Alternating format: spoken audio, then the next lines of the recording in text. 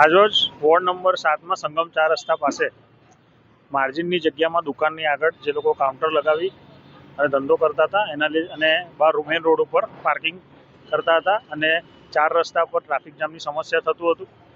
50 મીટરની 4 રસ્તાની 50 મીટરની અંદરમાં પણ આ દબાણો આવતા હતા અને વારંવાર અહીંયાની કમ્પ્લેનો પણ થયેલી છે. જેથી કરીને આજે ટીડીઓ વિભાગ, વોર્ડ નંબર 7નો સ્ટાફ, દબાણ શાખા, આરોગ્ય શાખા વગેરેને સાથે રાખી અને દબાણ દૂર કરવાની કામગીરી કરવામાં આવેલી છે.